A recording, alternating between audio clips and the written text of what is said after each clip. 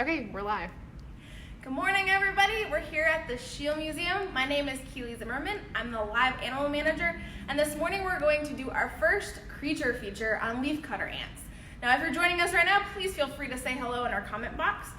As I continue speaking, if you have questions, comments, anything, please jump in. If we can't answer them right now, we'll answer them later. And lastly, if you would like to see some of our other animals on creature features in the future, please let us know what you're interested in, and we'll try to do that in the weeks following. So today we're going to talk about leafcutter ants. We had hoped to do this in front of our leafcutter ant enclosure, but as you can see, we had to use our handy dandy camera or screen over here because we didn't have strong enough Wi-Fi signal. So we're going to use a video, but it's very similar to what you'd see with our leafcutter ant colony. I can't really interact with them or do anything else, so this is a great way for us to view these ants and kind of learn more about them. Now to get started, so leafcutter ants. For starters, there's around 50 species in the world. They know they live somewhere between Central America and South America. And so the species that we have here at the museum, this species came from Costa Rica, so Adacephalotes. So that's the species of leafcutter ants we have here. What you're looking at right now are all the leaves. So every day we feed our ants leaves. Now, I'm going to say feed loosely, because do they eat leaves? No. They actually use the leaves to feed their fungus, which is what's in these black domes over here. And so they take the leaves, they actually break it down, kind of make like a pellet, mush kind of out of it, and then they feed that to the fungus. In return, the fungus helps support them by producing food that they can eat. So both of them rely heavily on top of each other. So they have a very important relationship and both in each other. Every species of leafcutter ant has its own species of fungus, which is really neat and unique to them as well. The next thing we're gonna look at that is our dump area. So as ants pass away, as fungus gets old or dies, or maybe there's something toxic that gets into it, the ants actually take that and carry that to the dump area and separate it from their healthy fungus to help keep the colony healthy. So here you can see one of them taking their leaves and incorporating it into our fungal dome and helping grow that fungus. You're also going to see in here there's a pupa. This is actually also where all the magic happens. So all of these ants are females. In fact, there can be up to 10 million ants in one colony. The queen produces over 200 million ants, up to 200 in her lifetime. And she's about the size of my thumb, so she is very big. But you can't see her, she hides. There's other ants that protect her. The other groups of ants that we have are minimum workers, maximum workers, and our soldier ants. So our minimum ants are the ones that you're gonna see that are helping with that fungal colony, helping with those new ants and things like that. Our maximum workers you're gonna see the ones that are actually gonna be collecting our leaves, cutting them and taking them back to the colony. And then our soldier ants are going to be the ones that are actually helping protect the colony. So they're bigger than some of these other ants, but they're not quite as big as the queen. So since we are talking about ants, let me see what you guys know. What type of animal is an ant? Any guesses? So it's an insect. Now how do we know that? Well, that's because it has 6 legs, 2, 3, 4, 5, 6, and 3 body parts. It also has 2 antennae. This ant's kind of lost his. And this ant actually has wings because when a colony of ants starts, and when they're trying to spread, like if the queen knows she's getting older, she might not be able to live as long, she's going to start producing ants with wings so they can fly off and pass on her genes and start a new colony. But most of your ants you're going to notice do not have wings. Now, some other cool things about ants, or these ants in particular, are kind of the journey that I went on to collect these ants. Probably out of anything here at the museum, this was the hardest thing to get. I spent here over 5.5 years, and I started on one of my first days trying to figure out how to get leafcutter ants. Now, you might be wondering, why did we want leafcutter ants? Well, obviously they're kind of fun and cool to watch. You're seeing this ant right now, he is cutting a leaf. So we thought it'd be something different, new, and to include our insect population here in our live animal collection, our animal ambassadors.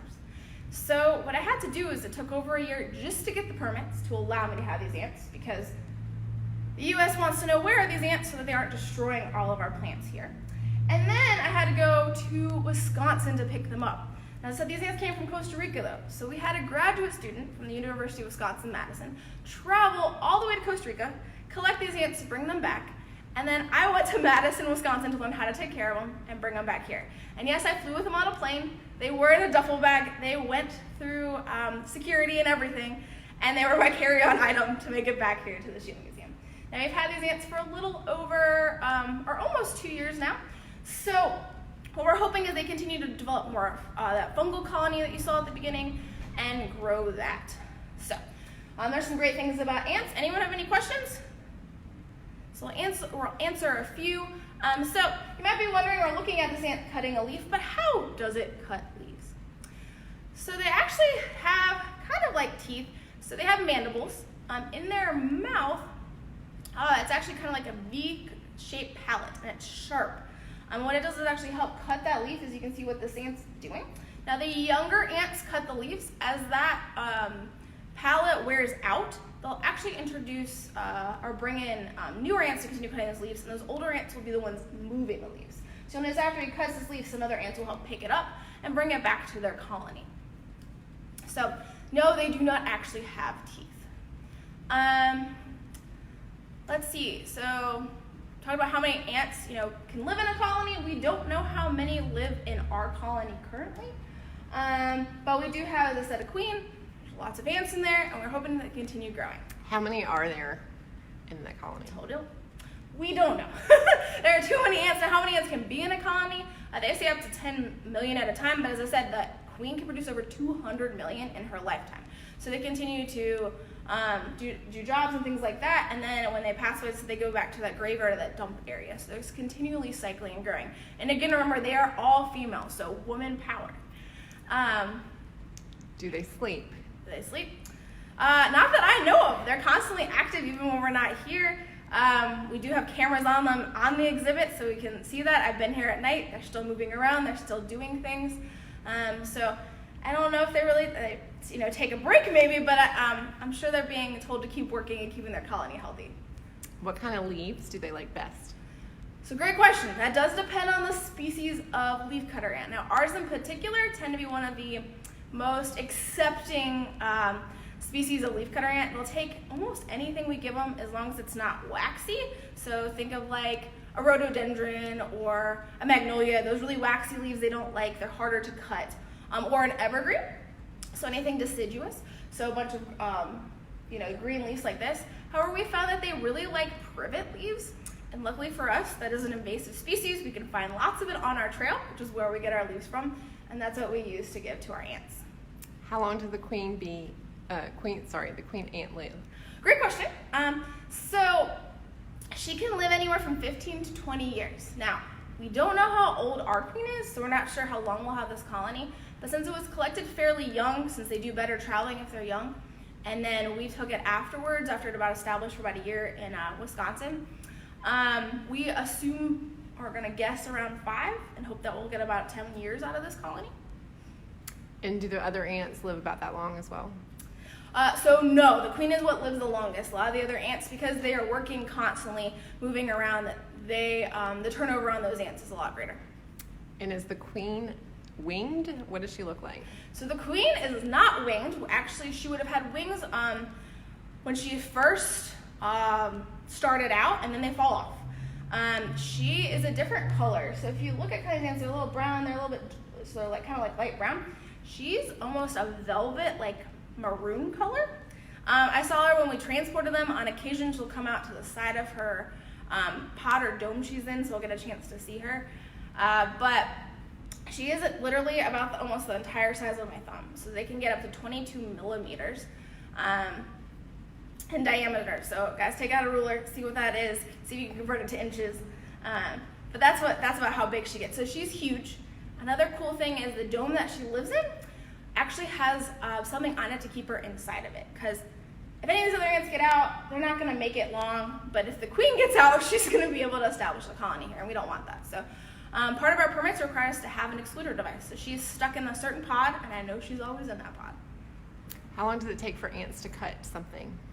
Great question. Let me know this guy's still working on it. So at least a couple of minutes.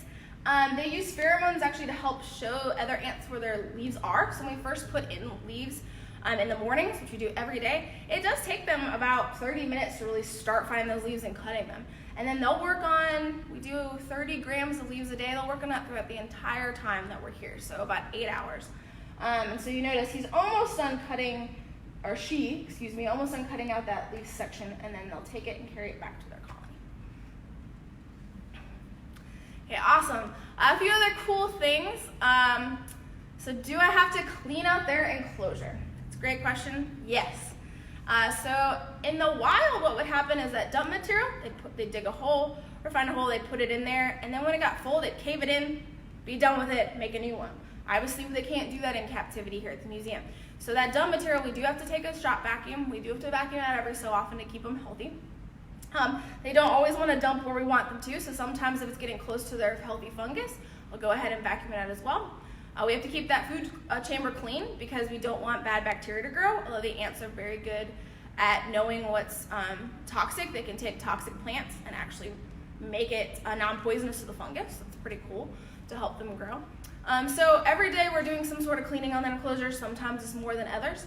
The other thing that's really important is we don't want them to escape. I'm sure you'd agree with me. And so what we have to do is actually put Vaseline around our domes to seal them in. We put 3-in-1 oil around the door so if the ants were to start trying to climb out, they couldn't get gripped and they couldn't escape. So all those things with our permits, those things that allow us to legally have these ants. That's what we do to make sure that the ants are safe and we're safe too. Okay, have I ever gotten bit by an ant? Yes. It is really hard when cleaning them, especially in that food chamber. There's so many ants in there. You get some on your hands, you get bit. Now, I haven't been bit by any of the big ones. I hear the soldier ants really hurt. The small ones just feel like a pinch. It's nothing really painful, nothing bad. And then last but not least, since we did talk all about ants, we need to talk about the portion of why are they important? Why do we need them? Why do we care? If you go outside and see some ants, what does it matter? Anyone have any guesses on why we need ants? Why they're important? I'll give you guys a couple of hints. So first, what do bees do? Why are bees important? Because they're pollinators, right? So ants can be pollinators too. If they climb into a plant, get pollen on them from a flower, and then carry that to another plant, that's going to actually help with pollination. So a lot of our ants around here are great sources of pollinators. Leafcutter ants in particular are really important to those rainforest environments they live in because they help get rid of some of the extra leaf material so that plants can continue growing and staying healthy, and it helps with the whole, circle of life or food chain, that there are, if there's gaps in the leaves, there's more light for other things to grow, things like that. So, well, thank you guys so much for joining me. I think leafcutter ants are cool. I hope you guys do too. If you have any more questions or comments, please feel free to continue in our comment feed. And thank you for supporting the Schiele Museum and our really cool animal ambassadors. If you like what you've seen, please feel free to donate to us, help our ambassador collections, so our education animals, so that we can continue doing great things like this. Hope you guys have a wonderful morning.